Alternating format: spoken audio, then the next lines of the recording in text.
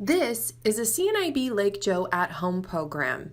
CNIB Lake Joe at Home logo, image description, an illustration of a marshmallow roasting in a campfire with a roof in the background. Thank you, everyone. It's Sherry from Barrie speaking right now, and it's my pleasure to introduce to you our speaker today. Her name is Lucia Ricardo.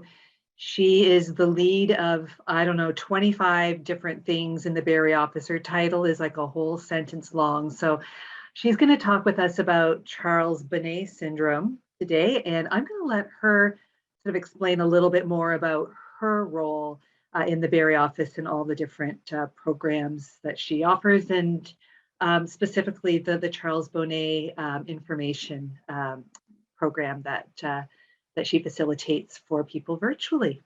So Lucia, the Zoom floor is yours. Thank you, Sherry.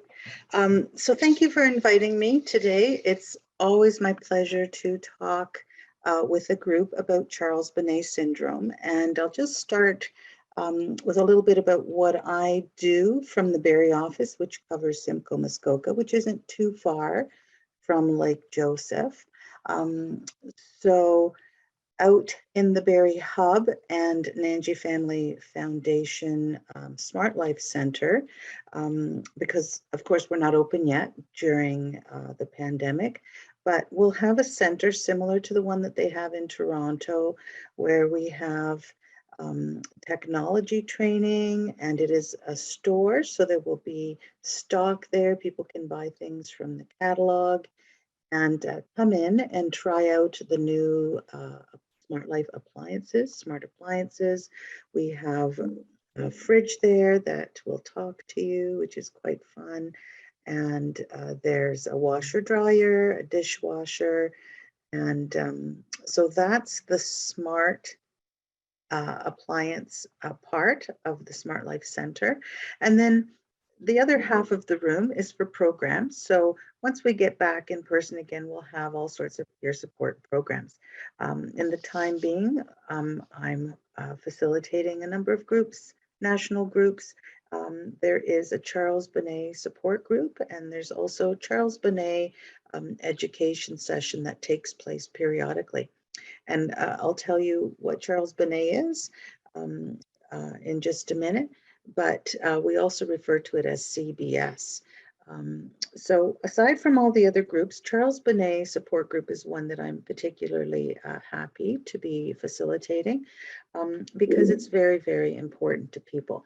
So I would just like to get an idea. I know that you're all muted, but if you could just give me an idea of how many of you have heard of Charles Bonnet Syndrome.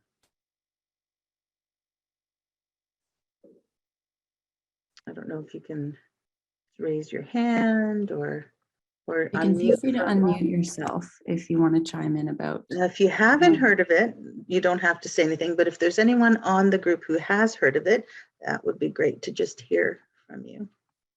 So Bev has a thumbs up. Okay. Okay, so Bev so far. Okay, so Bev's heard of it. Okay, so I'll just kind of start from the beginning then. There are two parts.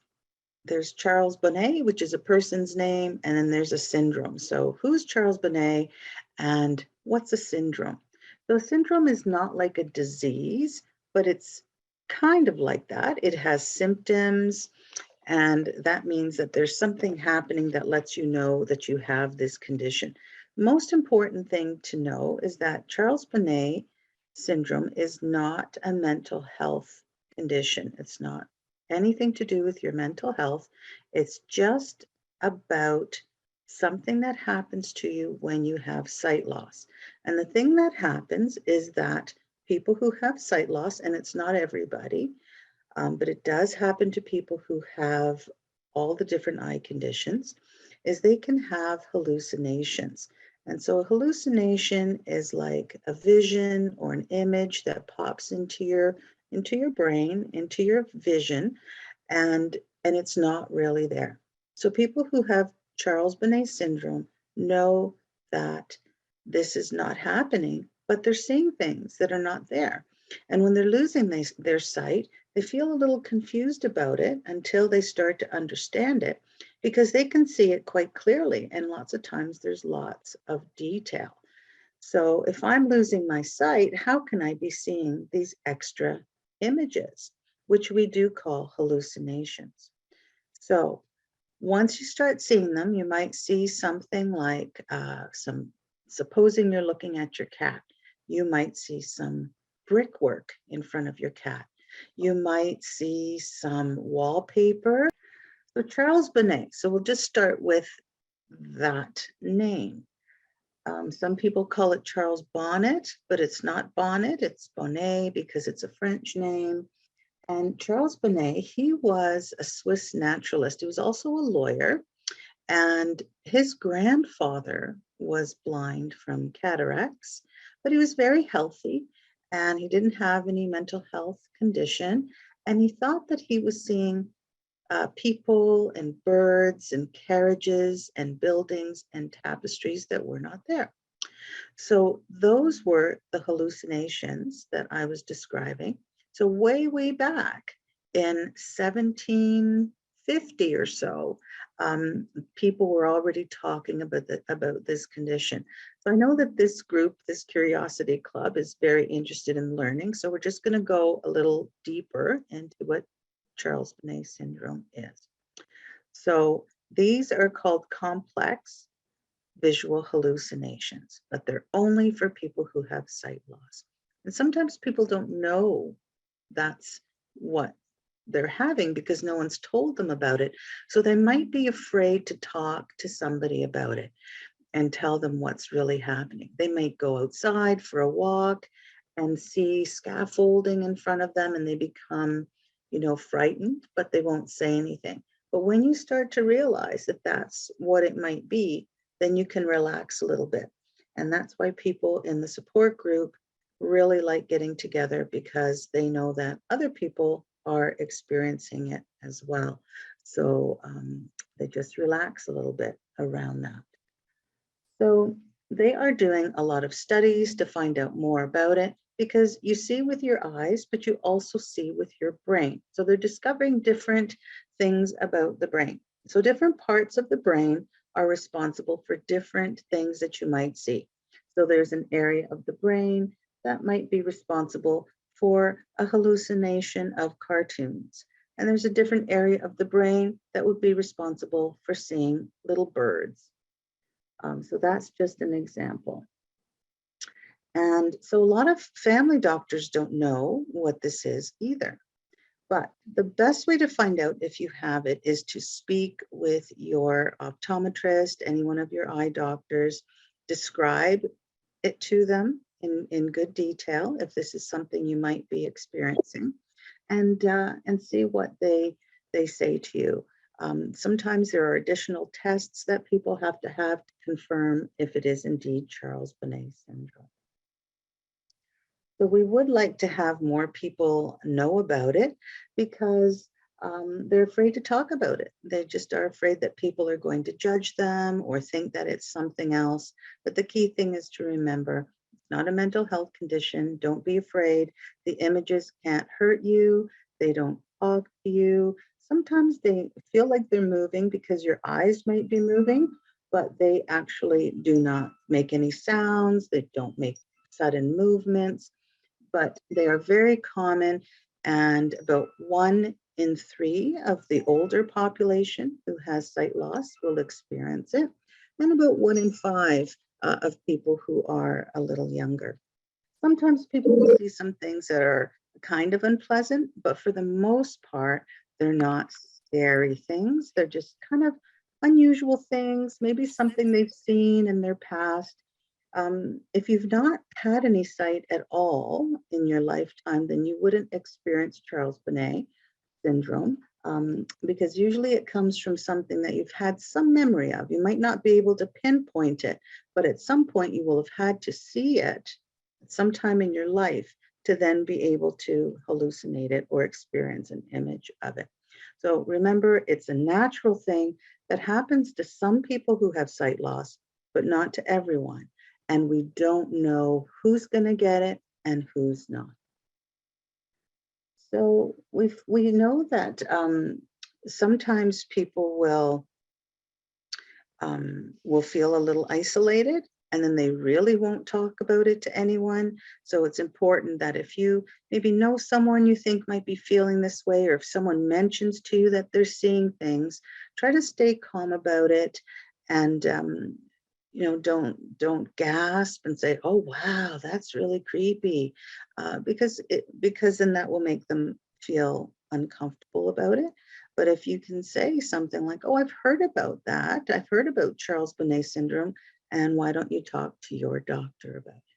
So one image that someone might describe is they're going outside, they're going for a walk, and they see flowers all over the place, little pansies, purple pansy flowers.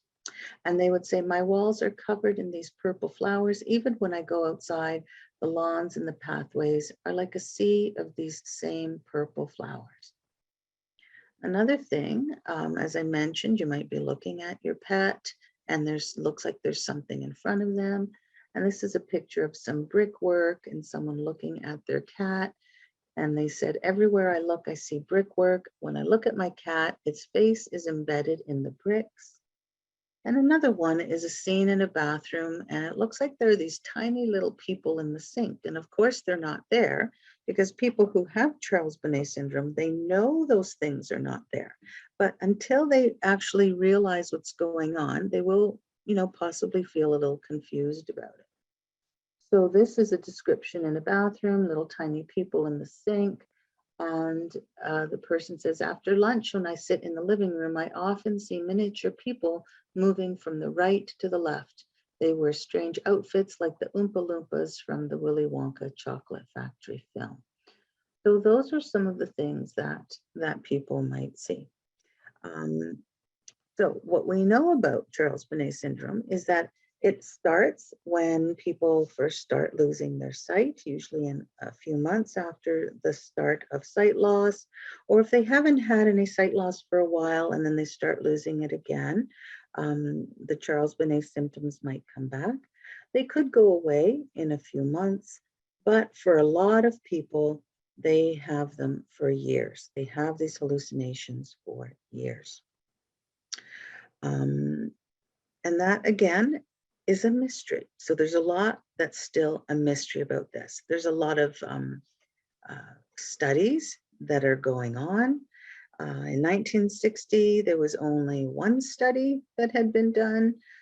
Previous to that, there was nothing, even though we knew about it since the 1700s, right? So there are lots and lots of studies done now. In the UK, in Britain, they have done a lot of studies, and they're doing them ongoing with all different aspects. They did one recently to see if people having extra stress during COVID, if they were having scarier images or more images. So we know that if you're feeling stressed, you may get more Charles Bonnet hallucinations. Right now, what CNIB is doing is conducting a survey as well. And you might know Dr. Mahadio Sukai. He's working with York University, where they have a grad student, I believe, that's working on Charles Bonnet with a series of questions. So if anyone is interested in being part of that survey, it's open still. I don't know when it closes, but they're looking to see as well if the pandemic has had an impact on people who were distressed about Charles Bonnet syndrome.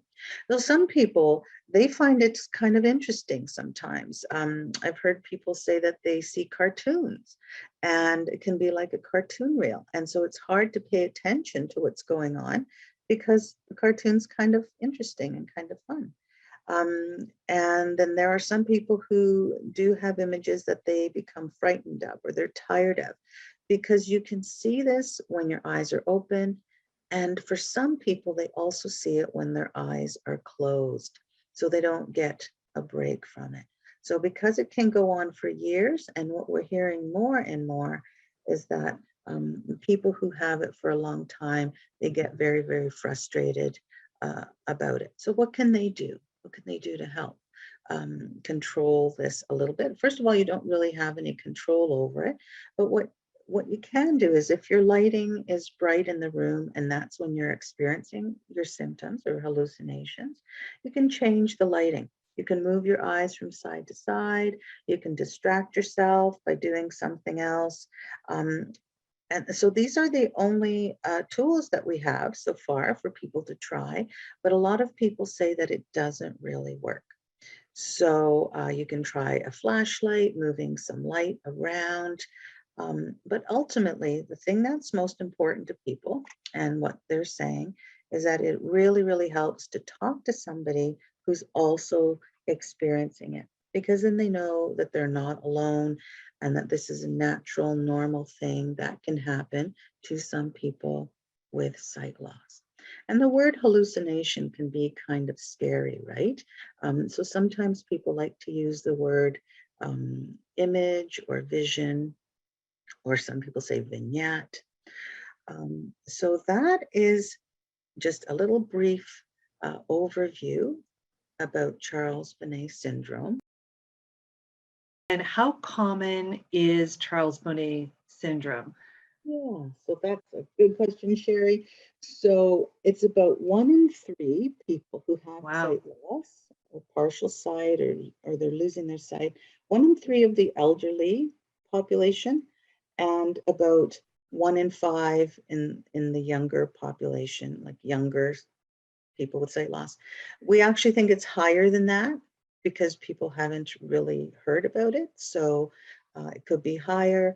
And recently there was one stat of people with AMD. They thought about 50% of people with AMD had it. So, so we're learning every day, right? So there's a new study coming out every day, practically. Yeah. Well, that's something that will impact so many people that we know, and we don't know if they know. So this has been a really helpful information session. We should make it our job to talk about this at dinner tonight with our friends and family, because you just don't know who might be worried, and afraid to share.